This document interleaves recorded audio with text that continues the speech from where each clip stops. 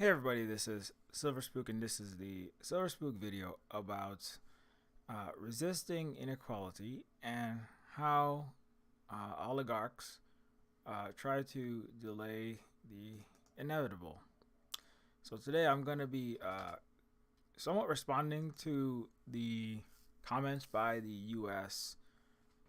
Uh, federal government's Vice President J.D. Vance, but he is speaking to, I think, he's speaking for his collective class, and I figure it would be a interesting jumping off point um, into some of the current events and historical and current events and what is currently going on with the state of the world, state of the U.S. And what they're doing, how they're doing it, and why they are doing these things. Because it's very chaotic right now. There's a lot of events happening all in the world. I've been start to figure out where exactly to start with this. But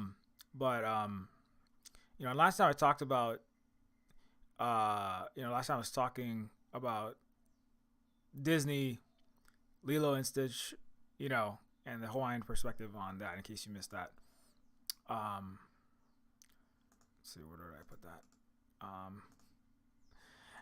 Yeah. So if you want to, like last week I was talking about kind of like more of the Hawaiian. This is still a Hawaiian perspective, but I just kind of want to zoom out, and then we'll zoom back into Hawaii later on in this video, because the Hawaii situation is directly connected to that inequality. I also want to talk about how it connects to like the African situation and the situation in Asia across the world. But yeah, if you want to hear about my take specifically on this movie, you can go and watch that video -1. Anyways, so yeah, but what's happening with the global situation is the United States is. I think many people have commented on the fact that the United States is losing its hegemony. It's losing its number one place in the world. It's not just the United States, obviously. It's the the collective West, the West as a whole. The let's say centered in U.S., Europe, G7. Economically, the G7 relative to the BRICS. BRICS is meaning like Brazil, Russia, India, China, South Africa, and majority are African, Asian, Latin American, Pacific states, right? Or they're non-European or what they were called the rich countries states, and that is really rapidly changing, right? Some people are, one way that the resistance happens, right, is that the richer, historically, what they call colonizer countries, colonial countries, and then classes of people are just trying to not recognize the reality, just trying to ignore it, entering delusional thinking. Unfortunately, it's unfortunate for themselves because it's unfortunate for everyone, but it's also unfortunate for those countries and places because it's not going to help to in the long run. It's not going to benefit them. So but it's that's one of the ways that you resist is by simply like denying that there is a different world, by denying that things are changing now, that the U.S. isn't number one, and there's a lot of concrete, there's lots and lots of concrete statistics to go over. I have gone over that a lot on this channel, so you can see some of my other videos dealing with that, because I want to try to stay as concise as possible.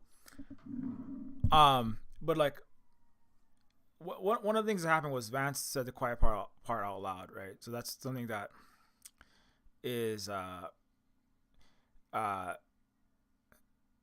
was an interesting admittance. Many people have commented that Vice President Vance, when he said this, he said the rich countries were supposed to, right? And I don't have this entire quote, but basically the gist of it was, um, rich countries were supposed to move further up the value chain. Poor countries were supposed to stay making the simpler things, right? And he said this was what was supposed to happen over the last 70 years, right? The United States led, order, right? And the deals with the world, the U.S. led liberal, capitalist, democratic order, was supposed to keep poor countries. What he actually said there, I don't know. I think that he just I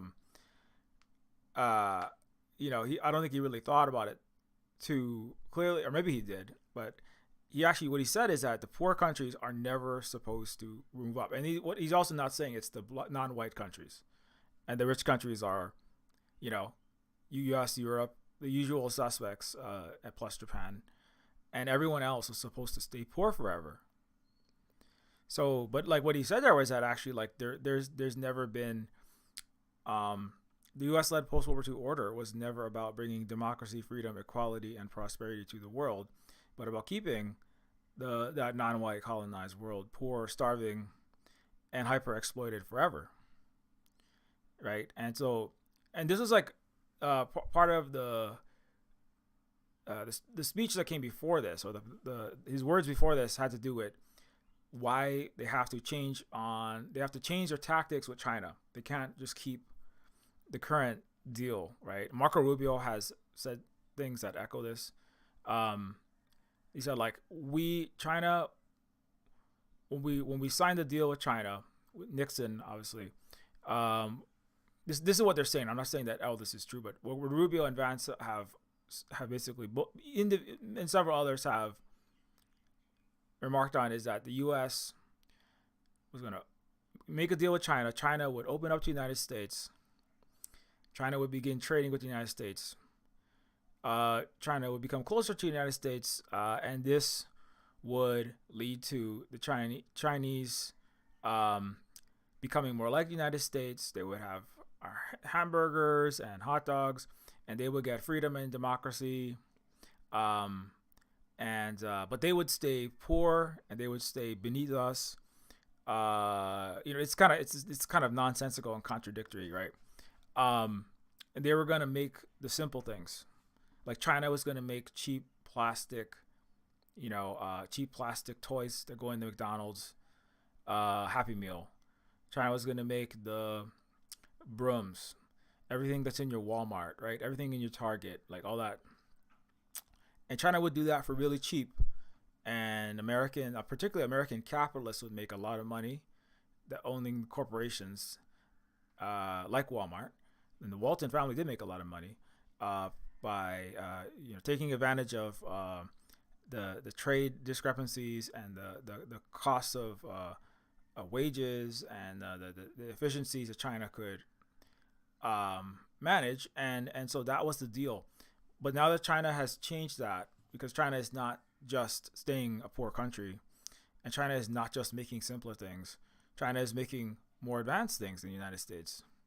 Like China has more advanced humanoid robots, electric vehicles, solar. I mean, in like 90% or more of leading technologies and manufacturing and everything, basically, China is ahead. So that's kind of what prompted this, right? So like but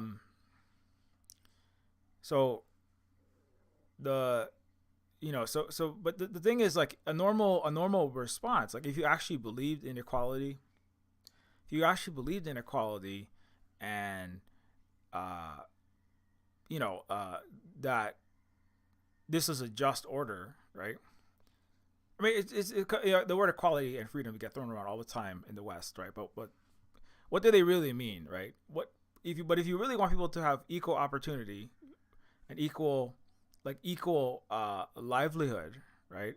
Which is what I mean. What people hear that, right? It's this mind game that is often played, where it's like when they say equal, what they mean is, um, America doesn't have equality means we don't have too much that obvious racism, or if we do, don't talk about it. It's like, but what people when people hear equality, what they expect is, I think a lot of people expect that we're gonna have a country where people, if you work hard, you will be rewarded in a fair way.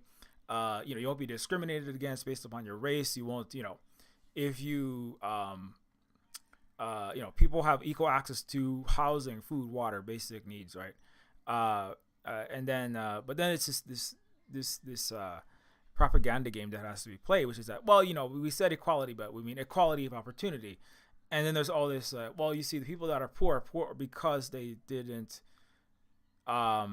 seize those opportunities, or they had an equal chance to try to get rich, but Elon has, hundreds of billions, because he just tried harder than you. He just worked harder, right? Or some other the oligarch aristocratic class, right, got where they got because of their personal efforts or inherent skill or talent or whichever combination of those. And then most of the classes that serve the upper crust, they basically, their job is to manufacture stories and write narratives that keep everyone confused and gaslit enough that they don't have to bring out too many cops or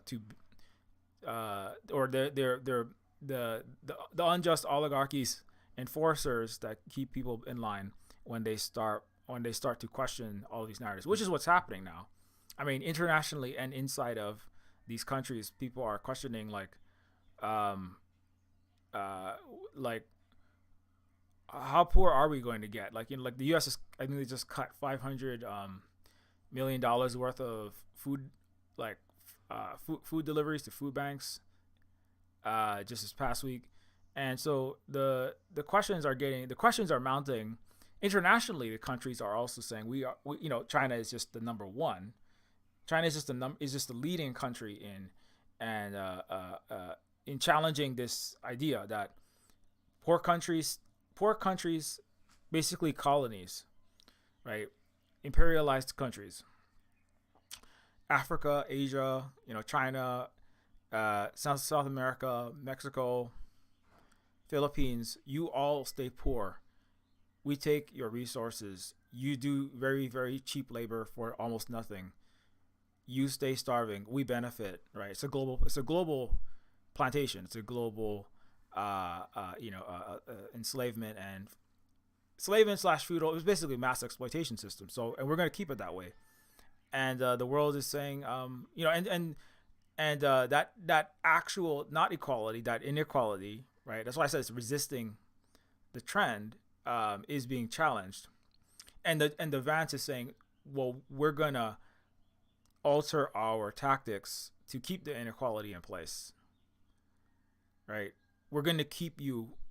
This is basically what the U.S. is trying to do. So one of the things they're trying to do that's why they're constantly trying to start wars around the world, but it's particularly around China. Most of the U.S. military bases encircle China, 400 of them, or at least 400 of them. And on top of all the trade wars, the sanction wars, the tariffs that they're trying to put in place, those are also ways of trying to resist the inequality, or resist the arrival of an actually equal world. But there's also the so there's the tariffs, there's the trade wars. It's trying to stop semiconductors from getting across the ocean. It's trying to push countries to not trade with China. I mean, this is not working though. Like, obviously, that's how they're trying to do this, but it's by and large not working, and inevitably it's nothing. I shouldn't say nothing is like set in stone, but without some extreme, very, very extreme circumstances, the U.S. is unlikely to stop this reversal from happening. Just to give you some examples of how the equality is not reversing, how the inequality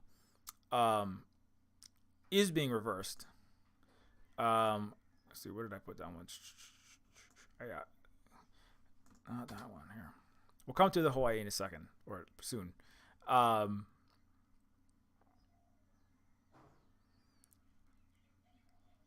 we gonna load? Okay. Yeah. So, well, this is one of the places that is having problems is Ghana, right? So this is around the world. We're not talking about just in the United States, because actually the bigger picture is that the majority of the majority of the revenue, right, that builds the inequality comes from the global South, or the global majority, right?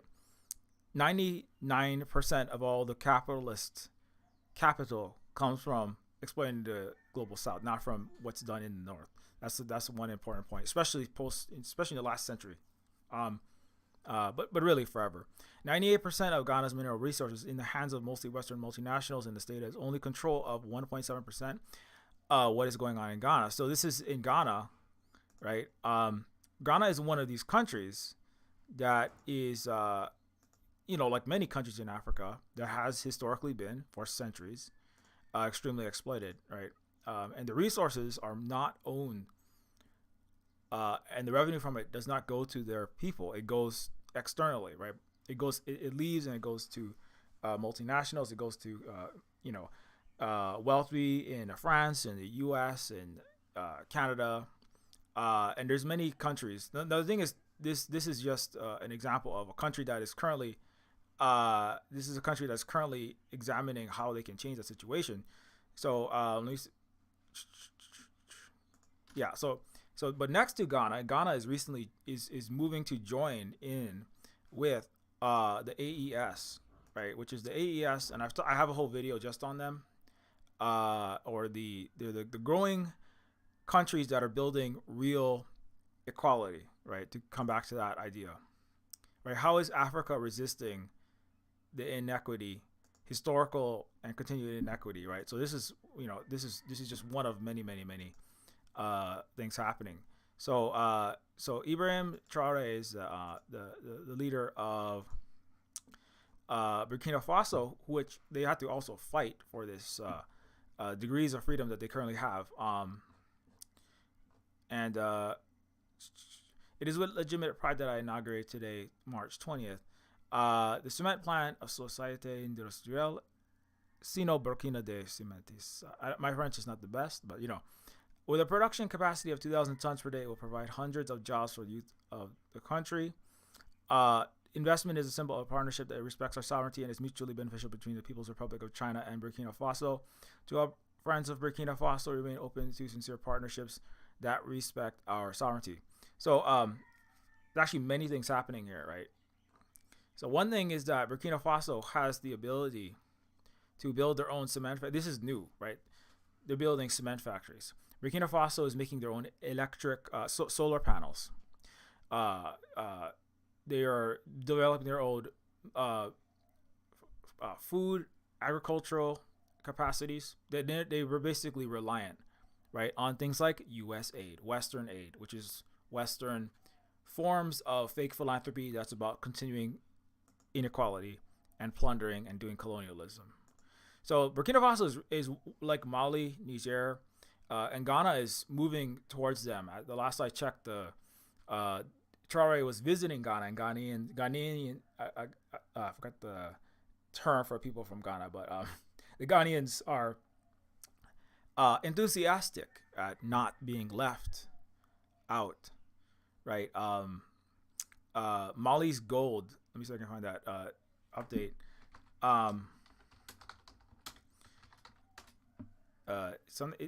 They may not want to share it on the Western media. How the Sahel states ditched Western mining interests. So Burkina Faso, Mali, and Niger no longer orient themselves towards France's Western business interests. Canadian mining company, the Malian government has issued arrest warrants for Canadian mining company CEO, Barrick Gold. They actually said that the Canadian company right? Which is part of Canadian inequity, as part of that entire system, right? There's many fights between the U.S. and Canada that's very superficial, really.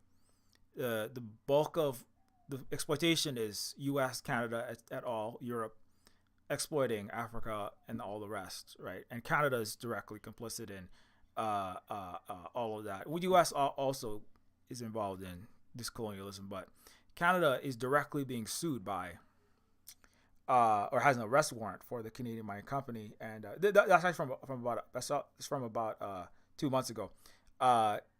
Since then, Mali has seized the gold. Mali has seized gold from Canada by force because Canada refuses to follow the laws. Right. Recently, for another update relative to this is that, and this is also about the equality of justice. But another update related to that is actually that 4 Canadians were executed by China, the Chinese government, this year. Now, what they don't mention in the Western media is that it is a felony, and it's an extreme crime, and it's punishable by death to have over 50, I think it's over 50 grams of these certain prohibited substances. These Canadians had many kilograms. I forget. It's like 200 kilograms of meth. Okay, and China is very strict on this for real historical reasons. Because why? Because opium wars and the opium trade forced by the colonizers like Britain and France. Right now, the United States is one of the top opium traffickers and opioid traffickers, right? The opium wars are a big reason why China was one of the poorest countries in the world for a century. Like Africa, China was actually poorer than almost every African country. So the Canadians that were executed, right? Many the Western media is saying a lot of it is, this is an unjust authoritarian dictatorship. Is just the brutal, barbaric Chinese government, and the Communist Party of China is so evil. But the thing is, number one, the Canadians, right, knew the Chinese law. Everyone knows the Chinese law. Everybody knows the Chinese is very strict. They punish and execute billionaires for corruption, unlike the United States and unlike Canada. They punish and execute their government officials, unlike the U.S. and unlike Canada. They punish, and they don't always execute, but they punish in various ways people that commit harm. And so, based upon their laws, and the Canadians knew that, and these Canadian drug traffickers decided to perpetuate colonial harms on China, despite knowing China's extreme, legitimate anti-drug stance, because that is how they were subjugated and reduced to impoverished, languishing colonies of the United States, Britain, and France, etc. This is actually, if China was to allow drugs back in, they could. This is one way that the elites, the global billionaire colonialists, obviously, milk to supremacists, right? If the West wants to re-subjugate China, drugs is a way that they have tried. They have tried. Vietnam too. Vietnam and China are both very strict for historical, real reasons. Now, the average Western, particularly white person, is not going to understand that, because they don't. Britain and America, white Americans and white French and British, they might have done some rave drugs. You might have done some pot. You might have done some cocaine. You might have even done, some are narcotic. But white Americans, British, and French were not colonized to the poorest place in the world by weaponized drug addictions. So you cannot have access to that. You just don't know what it is. Like, even I can. I'm a native. We have other colonial history, but you don't know what it's like to become the 5th poorest country on the planet Earth, with no toilet, sleeping under the stars, people dying and living life expectancies of just like just the worst in the world, dying in your 20s, dying in infancy. You don't know what that's like because you were not colonized by the British. You are simply a descendant of colonizers. So that's why there's a lot of this back and forth. Anyway, so I want to bring that. So that's also part of the inequity, right? There's a inequity of there's a historical inequity. There's also an inequity of justice, right? And now that's not gonna, because actually, many Canadians, many Americans, and many Brits and Westerners, they were able to operate in China as first-class citizens for a long time, especially in places like Shanghai, Hong Kong, Taiwan, right, where the British were carried on the backs of the Chinese, right? Hong Kong was a colony of the China. Hong Kong was still a British colony until the late 1990s. So it's only beginning to come out in a lot of ways from that, right? Now, a lot of mainland China is a bit different, but many Western, especially middle and upper middle class white people who went to China, they enjoyed having this special treatment. People coming up to you and asking you to teach them some English, being able to get away with more than you would in other places, having you and your culture looked up to, people basically treating you better. But that is because of colonialism, or at least semi-colonialism, in much of China. And it's certainly a Western supremacy, Western supremacist history, in which much of those areas, especially coastal China, it was illegal to speak Chinese in their own country in those regions, right? There was like the French only part of Shanghai. There was the British only. Like they had signs that say no dogs and no Chinese. But anyway, but now, and also the Canada also enjoyed privileges, special privileges. But now, they're less likely. There's no special privilege given to British shows, British products, American products. Many Chinese don't want to go to the United States. They don't want to go to Britain anymore, right? They can see more clearly, right, through a lot of the colonial haze now. And also they see that their country is doing, their country simply is just doing better.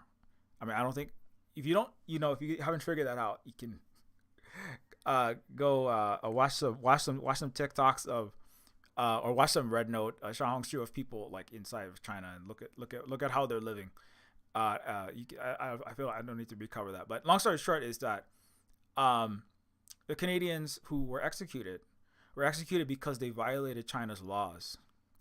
And my point about justice is, there's been an expectation that if you are a Westerner of privilege, you can break any law you want wherever you want and get away with it. And it's been the case. Like, there are constant murders and rapes in U.S. military bases, Okinawa, around the world. As I pointed out, the privileges of the British in Hong Kong, the French in Shanghai. If you go to Africa, all Europeans expected they could just take whatever resources they wanted, right? There's an expectation that you'll be treated, and you can violate sovereignty, you can steal, and just have impunity. You can bring drugs into Vietnam. You bring drugs around the world, right? The United States is the number one narco trafficker before there was Britain and France. 80+% of all the heroin in the world was grown in Afghanistan for a long time. And now it's synthetically made by the United States ruling class and its own government. It's actually statistically been shown that the vast majority of the fentanyl is not coming from Chinese and Mexican gangs working together. It's white American citizens driving it or flying it across U.S. borders. That's who actually is doing the narco trafficking. Much of it's the U.S. government itself. The CIA, all its operations were funded with drug money. That it has been trafficking forever, getting away with that forever. Right? So the inequity of, right? So there's the who gets punished. Well, look at the ICC. We have open, obvious, mass war crimes being committed in West Asia, right? And the International Criminal Court, who gets punished? a Filipino guy. For what? Not being too friendly with China, basically. That's what it is. Right? What we have obvious heinous war criminals, right? That are doing Holocaust too. So in the ICC and the UN, there's still the inequity of justice that needs to be restored there, right? It's no equality there. But we're moving in that direction. We're moving in that direction. So let's come back to Burkina Faso. So why didn't Burkina Faso listen to Westerners to not accept Chinese investment for their own industrialization? Don't they know they're being imperialized? So the Africans know now. Not every single one, but I mean, as a whole, they are realizing this reality. That they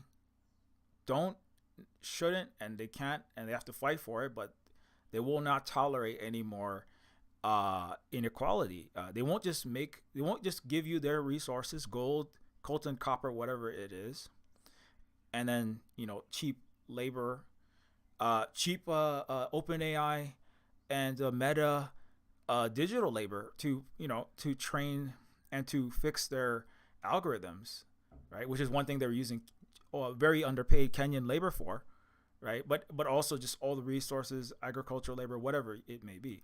They're not going to tolerate that, and they understand that the Chinese are going to be there as friends. That's going to mutually benefit them. And the thing is, right? This is a thing. This is another thing that it's misunderstood, right? It's misunderstood, and it's not. I don't think it really can be understood. I think to a certain extent, for the same reason why a white American or a white British person being like, why are there strict drug laws in China? You can't get it. Because you just don't have that in your history. You don't have that, and you don't really want to acknowledge it unless you really go and you have to really, really seek it out, right? China and Africa were in the same situation, or very close to the same situation. Like I said, less than a century ago, China was in the top 5 poorest countries in the world, right? Africa has some of the top poorest countries in the world. If you're American, if you're Brit, if you're a German, if you're French, if you're Swedish, you don't have that experience. You don't know what that's like. You don't have grandparents that didn't have toilets, running water, and were subjugated to the point of being spat on or forced to carry white people on your backs. You don't know what that is. You have no idea. You have no idea. You could read about it. You should read about it. But you can't know that. Or so the global majority is coming from a totally different place. Like even as a native Hawaiian, when I was born, it was illegal to speak Hawaiian. I mean, it's way worse if you were born in China in the 1950s or 30s or many African countries. But as indigenous people, even inside, we're in what the U.S. claims is its territory. But at least indigenous people have experience. Even if you're African American inside the United States, it's a bit different. That's still different from being in the global South, though. But if you're white from the first world, you don't know.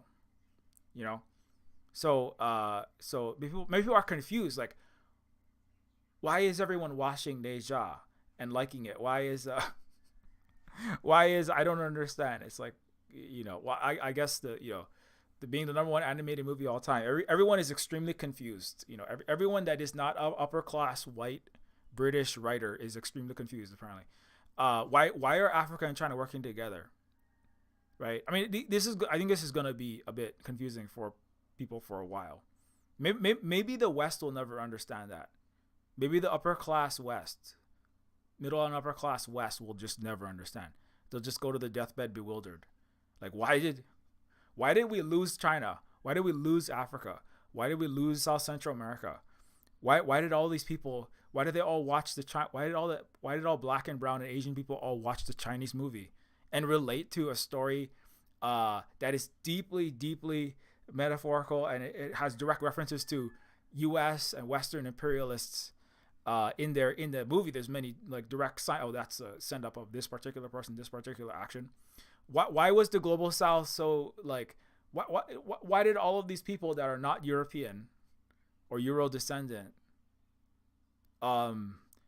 decide to rebel against our amazing system, And I think that maybe people are just gonna not know forever, and then they'll just cease to exist. And then when the world is equal, then their children will, you know, I don't know, who knows. But long story short is that so Burkina Faso is doing this. This is part of the restoring equality.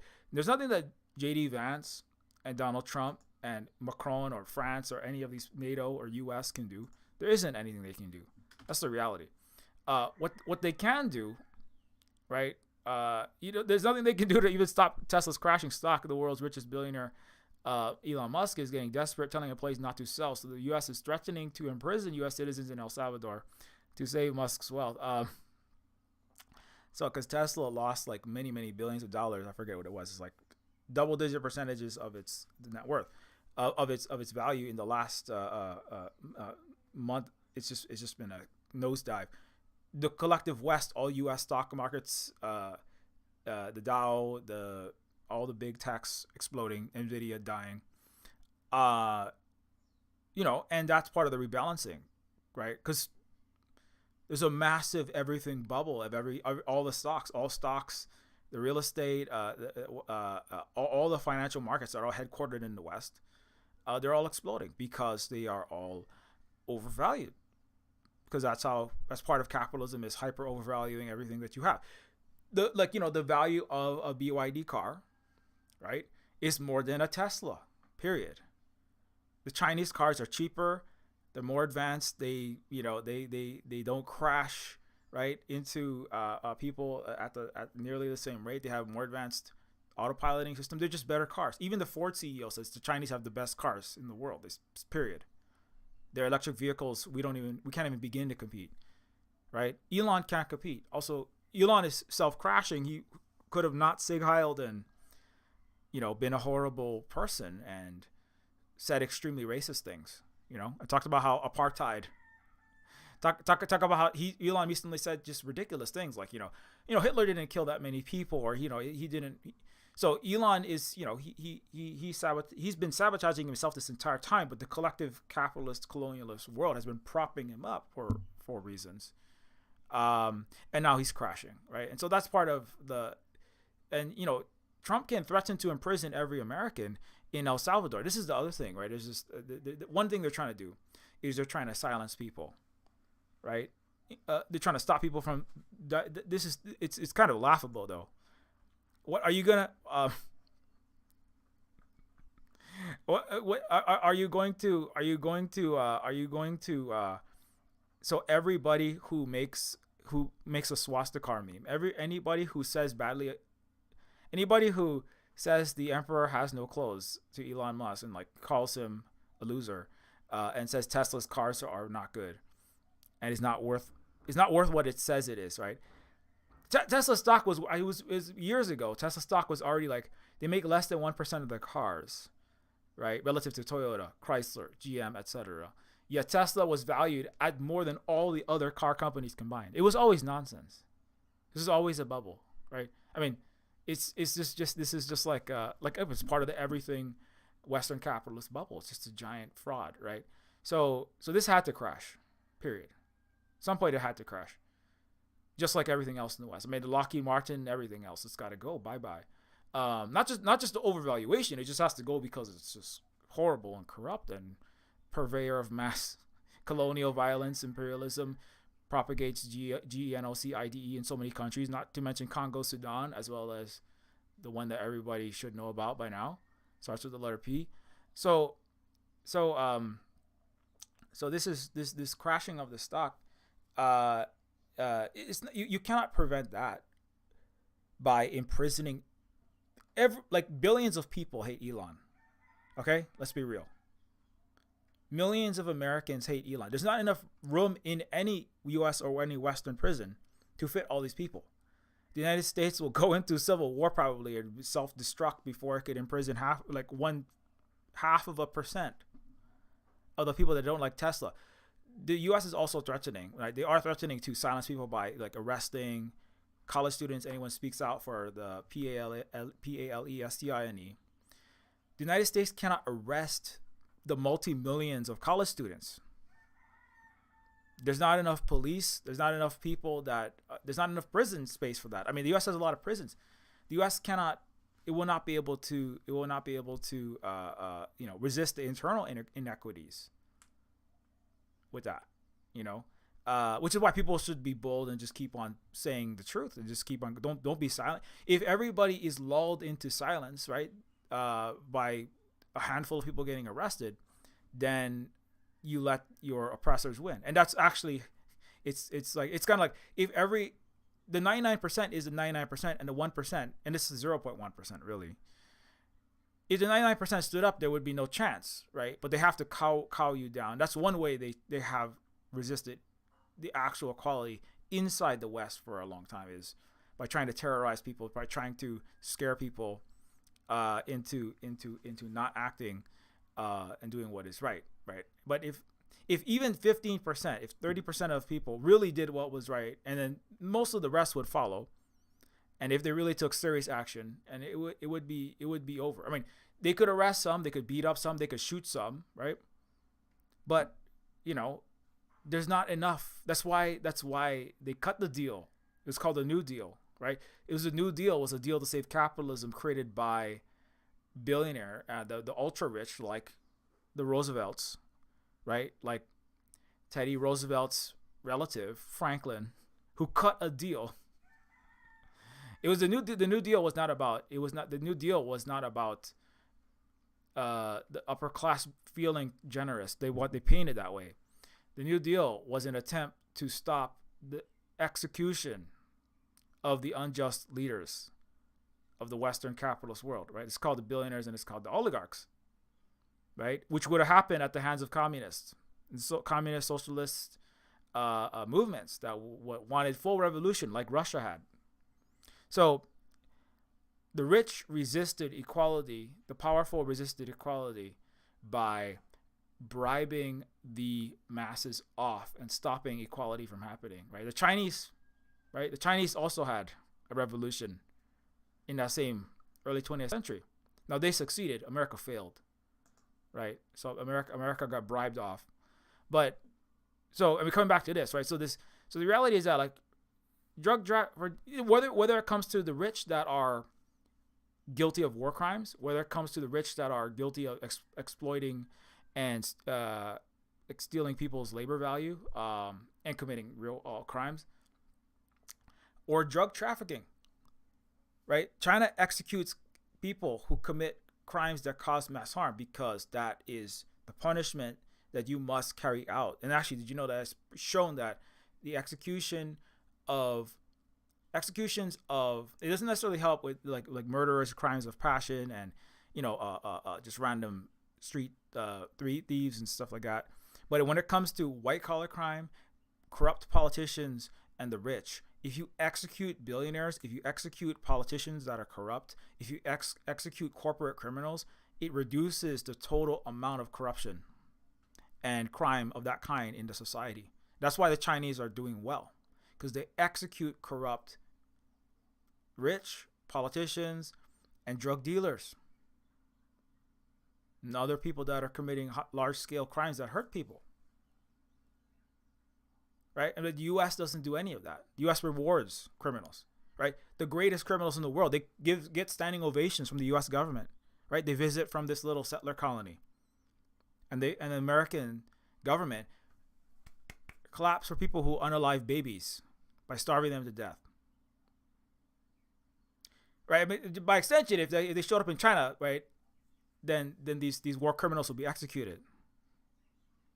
But in the United States, you get applause. So, I mean, anyway, long story short. So, also, if Canada and the U.S. should execute drug dealers, but they would have to execute their entire government, because the United States government, right, took over for the narco trafficking that Britain and France did to subjugate China. They're the number one narco trafficker in the world, like I already pointed out. So that's another reason why. So, but it's actually right, there's the problem right there. You can't do justice in America because the entire system is a system of injustice. And the ruling class is not going to equalize it. The U.S. ruling class is never going to bring justice because their entire existence is premised upon mass, highest order injustice. So it's up to the people of the United States to do that.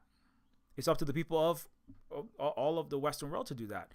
And unfortunately, right. So to kind of finish this up, so the so the inequalities around the world are not going to lessen. They're not going to lessen. Um, uh, the inequalities around the world are not, or sorry, the inequalities around the world are not going to stop reversing.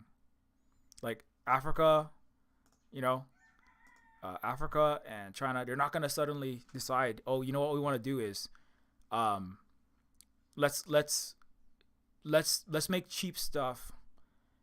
Let's get on opium again. Africa is not going to decide. You know what we should do? Let's go back to like children slave mining cobalt. We feel sad for Americans and Europeans, right? Who have less of our stolen wealth to bribe their middle classes with now. So what we Africans should do is let's stop feeding ourselves. Let's stop building. Let's stop using Mali's gold for, giving our hospitals and developing ourselves. Let's give Canada gold money so that white Canadians can be bought off and stop revolting, right? Oh, Burkina Faso, we're not gonna use our resources. We're gonna give it to France so France can buy off its white middle class, right? And then not cleanse their system, right? We're gonna let colonizers, right? Basically pay out from our stolen resources. Their middle. That's how Western post World War II bourgeois fake democracy works. So they steal the global South's resources, and they give the rich a whole ton of it, and they give enough to the middle class, mostly white Americans, Canadians, Australians, New Zealanders, Japanese, and Europeans, to stop any uprising. But the rest of the world is done with that, So that's why it's going to get worse and worse, and really a lot worse for everyone in the United States. And I'm not happy about that. It's not going to be really great, but also my native client. So I'm like, this was inevitable. And people in U.S., in Europe and Canada, you should be preparing for that. Like either, you know what I'm saying? So it's like either, like, because China is not going to come to Canada and execute all your corrupt officials. China's not going to come to America and execute all of America's corrupt officials, right? It's China. If you ask them, they'll say it is up to you to deal with your billionaire, war criminal, mass child unaliving, world plundering parasites. You have to deal with your own oligarchy. You have to deal with your own landlords. We dealt with our landlords. It's called Mao Zedong. You have to deal with your own. We're not going to deal with it for you, right? And also, we're not going to send you any more Walmart products. And also, if U.S. is increasing your tariffs, if the U.S. increases their tariff, we're not just gonna eat the tariff. We're not gonna eat the tariff. You're not gonna. 80% of America's products come from China. Sometimes it's through it's Mexico, Canada, Vietnam, Philippines stamped, but it's coming. The main source of the production is coming from China because you can't. They just have the world's best manufacturing ecosystem. It's just you cannot compete. The U.S. cannot compete. The U.S. could stop being belligerent one day, but it has to what? The ruling class in the United States are not going to stop resisting equality, and they're not going to stop plundering. And if they can't take it from Central South America, and they can't take it from Africa, and they can't keep China making simple things and keep them poor, and if they can't make super profits around the world, they're going to eat their own citizens, that's why things are going to keep getting worse. And they're talking about Trump and Vance. They talk about we're gonna reindustrialize. They're not gonna reindustrialize anything. There's no real plan. I don't see any concrete evidence of any real plan to reindustrialize anything. They're just going to Argentina-ize the United States, which is just look at how,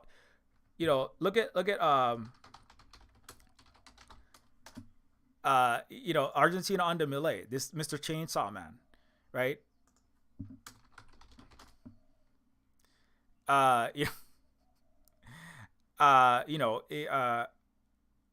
They talk about sharp reports, but the Argentinas, all their economic When he showed up, they basically shredded up all of their social services, like gutted their entire government. It's very much what the U.S. has said that they're going to do, right? Argentina isn't a powerhouse in the world. It's just everybody got screwed. Like they've done this kind of thing to many countries in Central and South America, right? They bring a hyper capitalist in and they just destroy it and they eat, they eat everyone else's lunch, and the U.S. is doing that to itself. And there's no like, and it's like, well, maybe if people think there's no end game there, right? It's also like, because the U.S. is also not Argentina either, right? So U.S. isn't Argentina, and U.S. isn't it's not Colombia, and it's not Peru. Like, it is the world hegemon, or it's dying. And so if the U.S. falls, there isn't another imperial core to step in. Like, they're talking about, I know Trump is talking about becoming part of the Commonwealth, right?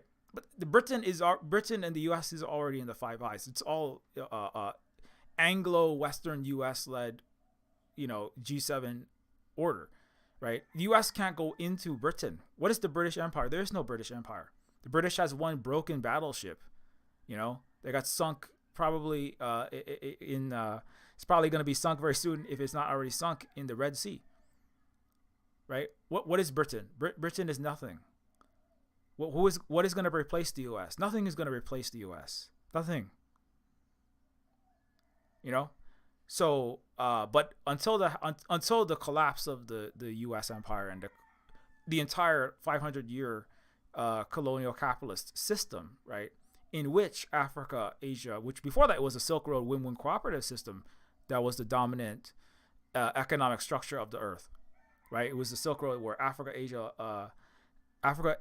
and a lot of the Pacific were trading, producing products and trading them for each other's products and for money sometimes. But it was not based upon China enslaving Africa and having African slaves and stealing African products and paying Africans 1 cent and making African child slaves mine for China. And Africa didn't go to China and make all the Chinese into African slaves, and making every Chinese child grow up in extreme poverty, and then Africa didn't dump industrial quantities of opium through Shanghai. This is another example, right? You see what I'm saying? Like, even like India didn't take China and Africa and turn them all into India's slaves. Iran, what is then Persia, didn't go to Africa and China, Iran and its neighbor didn't carve up Africa and China into colonies. Iran didn't execute 10 million by chopping off people's hands.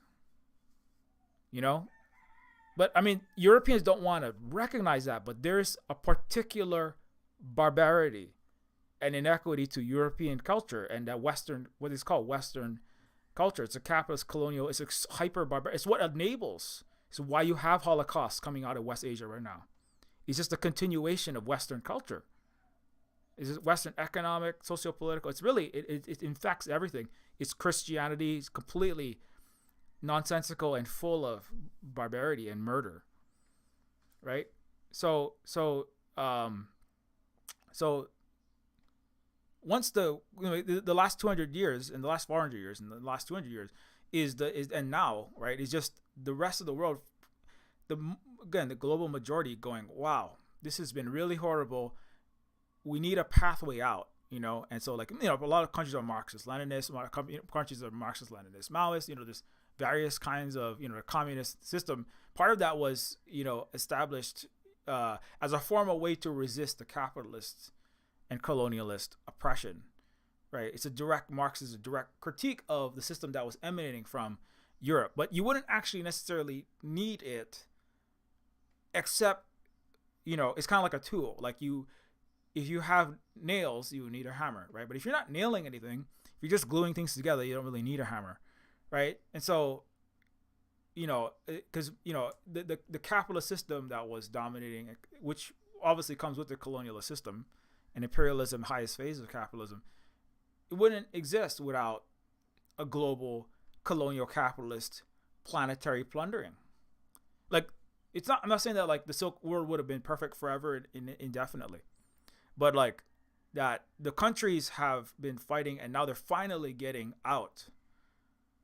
And Vance and the Trump administration are saying, you need to go back and be poor, right? And that's a nice little statement you said. But the thing is, the rest of one of the lessons that actually I was watching this video that I was recently watching was like an African talking about like how Africa was colonized so easily. And in part is because Africans had a sharing culture. If you ask for anything in most African countries, they simply would give it. It's very similar to Native American culture, similar to Native Hawaiian culture. And Chinese and East Asian culture, it's also very like, we don't, like China had very advanced economy and very advanced markets and very advanced markets, very advanced technology relative to Europe, right? But Europe developed the first stock exchanges. Even before that, even in Greece and Rome, they had advanced banking, financial instruments. They had vast capital accumulations into a tiny amount of oligarchic hands in Greece and Rome both. They had in short selling Roman properties for profit. That's what Nero did. I mean, these advanced forms of exploitation and hoarding and inequality. And particularly like hoarding wealth and using capitalist accumulation, and then weaponizing that against other regions, right? That was perfected in Europe, and that spread to the world. But now the world is saying it was put there by violence, and now the rest of the world has accumulated the economics and the economic knowledge and the military power. And growing military power. Russia and China and Iran, of course, are the biggest, and DPRK are the biggest military power. But Africa is also growing in its military power to forcefully, because this colonial violence is not just, right? You cannot be negotiated with. It is mass violence. Just look at what's happening in West Asia, right? Look at what happens in Congo, right? They don't have. Right, the international court is not there to adjudicate justice. It's there to attack African leaders who don't do what Europe wants. It's there to attack Russia when Russia doesn't self-balkanize and give all of Russia's resources for free to BlackRock and Western imperialist capitalists. So there will be no UN. There's the ICC. It will not solve anything. Right? So the UN and the ICC. These are nice for some talking, but that's not where it's going to be solved. But much of this is going to be solved in, it's going to be solved on the battlefield. It is being solved on the battlefield. The West is losing, thank God. And that's not going to stop. China's not going to suddenly stop military spending because America wants to stop. That's when the West wants a ceasefire so they can regroup and try to exterminate you somehow and starve you to death, just like they did Cuba, which you can go read in the JFK files, right? Among other places. The U.S. starved Vietnam, also Korea, many places, using Agent Orange, developed on stolen Hawaiian land at the University of Hawaii. So, so the rest of the world is too smart to say, well, we're just going to, let's give America and Europe a chance to see if they get better. They're not going to wait. They're going to sanction, they're going to cut off, and there's going to be less and less, and the rich are going to squeeze their own peasants in the U.S. and Europe harder and harder. The deal of the last 70 years, which was never fair. It was never fair that a white middle-class man in the 1960s could have a house and a Thunderbird and kids. And people should have that, but they shouldn't have that at the expense of Africa, Asia, and Latin America. At the expense of Cuba. It should have always been white middle-class Americans and Europeans and Canadians fighting together with the rest of their comrades across the world, right? But now the comrades from across the world are going to make sure that the Western or middle-class white or passing or token non-white people that get employed at Lockheed Martin or whatever, now they're going to make sure that justice is served. Now, how exactly it's served, I can't really speculate too much about how exactly the West will finally have to build equality internally. That's up. It's actually not. It's up to each place how they're going to do it. But And of course, the global majority will support the West in actually bringing justice, undoing their capitalist system inside of their own countries. But they're not going to stop resisting.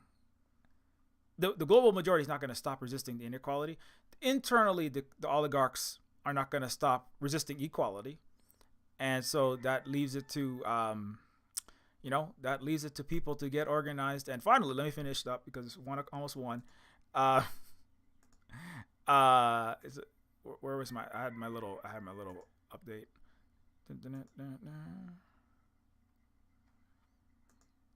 Oops. But yeah, one thing that we're going to do in Hawaii, for example, is that one thing people don't know is that 99% of Hawaii's hotels are owned by capitalist colonizers, not us Native Hawaiians, even though we disproportionately make up the underpaid hotel workers. There is no ethical way to visit Hawaii right now. So now that may change soon. So hotels are the foundation of Hawaii's largest industry. In 2023, hotels statewide, this relates to the Lilo and Stitch stuff, right? So hotels statewide brought in $5.7 billion in revenue, but it's not common for Native Hawaiian families or organizations to own these properties. Only one hotel is still owned entirely by a Native Hawaiian family. So almost all these hotels are owned by massive mega private equity firms like BlackRock, huge firms. Marriott, Trump and his investment vehicles own at least one, but I'm pretty sure it's many hotels. Democrats own many. Goldman Sachs owns. Japanese billionaires own some of these properties. So one of the things is that we want all of our hotels, and so part of equity in Hawaii and equality in Hawaii is all hotels should be owned by a sovereign socialist Hawaiian government with universal healthcare and housing, not foreign U.S. billionaire oligarchs. So this is also why the U.S. tried to starve Cuba to death, right? But actually, Cuba is actually doing better than America in many ways, and definitely Hawaii. So this is a capitalist went to Cuba, said, I went to Cuba and stayed at this awesome Airbnb. It was only $457 for 4 nights. When traveling to Cuba, don't stay in hotels. All of them are owned by the Cuban government. So stay in Airbnb. So don't stay in Airbnbs. Why? Airbnb is a giant capitalist corporation that is part of concentrating wealth into a tiny minority of hands. Like OpenAI, it's a big tech. Also, Airbnb causes a mass housing shortages. Part of why we have a harder and harder time getting housing, because people will buy a place, turn it into an Airbnb, and then take housing off. Oftentimes, these houses just won't be used; they'll just sit there as investment vehicles, empty, right? So Airbnb hotelizes. Airbnb like mass, it turns into all the housing in areas into giant horizontal hotels. And many of them are like unpopulated, right? But a lot of these people that are investors, they don't even care if they don't care if the house even gets Airbnb'd or not, because a lot of them are just, some of them do, and that doesn't help. But also some of them are just, well, it'll temporarily Airbnb it. I'll rent it out to people staying there, but I'm going to sell it. I'm going to sell it on again, But for now, I'll just leave it as an Airbnb. I mean, many people are like they own houses all over Hawaii, but they don't live in Hawaii, and they're like rich millionaires or billionaires from the U.S. or who knows where. It's actually like huge. I forget the exact percentage, but the vast majority of Airbnbs, they're not owned by people that even live in Hawaii. The hotels, like I said, almost every single hotel is not owned. But in Cuba, the government owns the business, and the Cuban government, with its communist, socialist characteristics, makes sure that the revenue from the Cuban hotels goes back to help Cuban people. Hawaii hotels, almost all the money leaves Hawaii, doesn't help us at all. So Hawaiians need to own the hotels, and we need a Hawaiian country that's owned and operated as under socialism with Hawaiian characteristics. Just like Africa is controlling their gold. Like Africa has gold, Hawaii has a place people want to visit. We should benefit from the resources of our place. So that's why we're going to be Hawaii and Africa and Hawaii and China relations are going to be increasing, right? And the United States is going to be falling apart. And there is many Hawaiians that are moving in this direction, by the way. There's actually a Hawaiian Hawaii, many like Hawaiian Land Trust and various types of actions that are being taken. I can't list them all right now. But there's Aina Momono, there's Lahaina Strong, there's Nation of Hawaii, and many organizations in Hawaii that are fighting for Hawaiian sovereignty against the U.S. colonial occupation. It's not a Hawaii state of Hawaii is illegitimate under the UN. You can look that up yourself. And also, but also we're having removing the capitalist system that was a foreign system to us, like it was foreign to Africans, and we want to move in a socialist path towards making sure everybody has all their needs being met. Hawaii is so rich. There's like $20,000. I forget the exact calculation. It was like $20,000 per person. If it's $20 billion tourism industry, $20,000 per person per year. That's enough to pay for people's housing, basic needs. If Hawaii's resources were being used for people of Hawaii, not being siphoned off to BlackRock, not being siphoned off to Wall Street and to giant capitalist corporate firms. Most of them they're not headquartered here. Just like Canadian corporations, right, are not native to Mali. Why are Canadians making billions of dollars from Malian African gold? Why are the French taking 90% of Niger's uranium? That's not France's, but that's what the same thing for Hawaii. Hawaii is not America. Why did the Hyatt and Sheraton? Why does Disney have a resort here? What does Disney give us? Nothing. Like I said last week, Disney gives us cultural appropriation.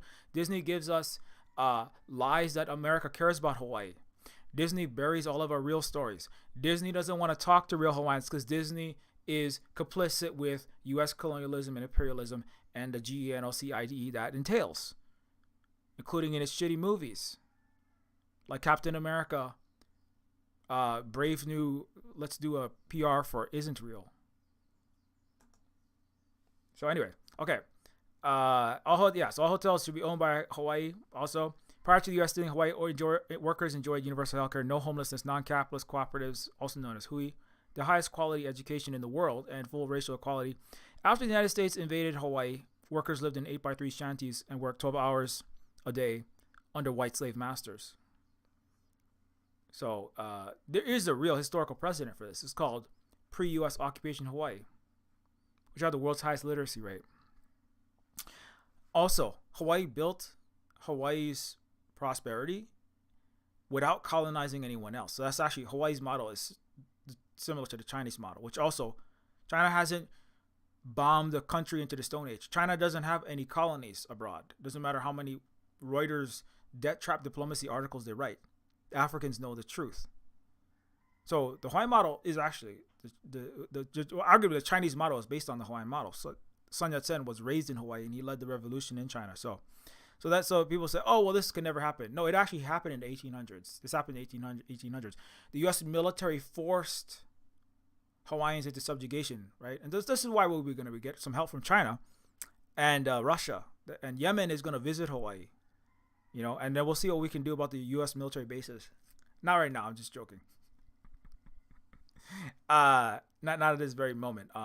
These things have to happen in time. But the United States military is not very strong. In case you didn't notice, they lost to Yemen, the poorest Arab country in the world. Dole and his fellow U.S. barons hyper-exploited non-white workforces on their plantations living in barracks with 5 men sardine packed in 10 square feet. Servants did grueling labor for negligible pay. This is why the United States is in Hawaii, right? Is to take win-win socialist, Hawaiian-led, multiracial, black and Asians had prosperous businesses and they had prosperous full equality. Unlike U.S. blew up black businesses many times, right? Hawaiians had black people in Hawaii were able to have prosperous businesses in the 1700s. Many, Anthony D. Allen and more. So there's racial equality and economic equality, right? Also, we're leading in renewable energy at one of the world's most advanced renewable powered cities. Honolulu was powered by water before there were any serious renewable electrical systems in the U.S. And the U.S. destroyed that. So, anyways, that's good enough for now. If you would like to support us at the Silver Spook Cooperative and trying to reestablish the. I know it's a little bit less nice than last week. Last week I was playing with kitty gloves, but resisting inequality, how Aristos try to delay the inevitable. And ultimately, I don't think that they will be able to. They will keep trying. They're not going to stop trying, but I don't think that they will be able to. You can help us out at ko-fi.com/silverspook if you appreciate this education that we try our best to do here at the Silver Spook Cooperative. You can also help us out at patreon.com/Neofeud to give us ongoing support at the Silver Spook Cooperative. And also, of course, get access to behind the scenes of what we're working on. I mean, we are working on behind the scenes on developing the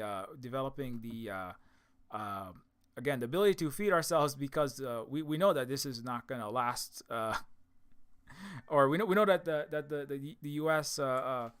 Ability to or not the ability. We know that there may be food shortages. There already are food shortages all over the place, and certainly in the United States. So part of this, and but also restoring our ecology and land so that we are able to preserve the natural environment and not have it be desertified, and also feeding and sustaining us rather than being used for cash crops that end up depleting the soil, as is what happened on Maui. That's why there was wildfires. So that's part of why we do that work, as well as restoring our pluricrop sustainable agricultural models here in Silver Spook Cooperative. As well, I also do art and covers for people's books, like that one, and work on Neofeud 2, which I'm almost done with. And here's some little bit of that. Of course, you can also help us out at Neofeud. You can also help us out by grabbing games if you do play video games, such as Neofeud, which you can get on Steam. Neofeud is a retro adventure science fiction game about a cyborg social worker and a ex-con robot and an ex-trillionaire princess trying to stop a global system of inequity of billionaires floating in levitating palaces at Versailles with robo serfs and chimera servants serving them. Anyways, if you would like to check out Neofeud and you don't have Steam, you can also get Neofeud on itch.io for Windows and for Mac and Linux, as well as several other games like Decolonators and Pigeon with Gun. And Woman is a book by Holly, who was raised in right-wing evangelical Christianity, and it does not it is Mary's perspective within the Bible that critiques the right-wing Christian culture. You can also follow at Silver Spook on Xiaohongshu, which is Red Note, also known as Xiaohongshu. You can follow me at you can follow Silver Spook over there. Just search for it, and you can also. I really recommend anybody get on this, because they're deleting X accounts of like the Turkish that are rising up against their oppressive government. So if you have again, all Western social media is deeply compromised. So I recommend you at least have a backup.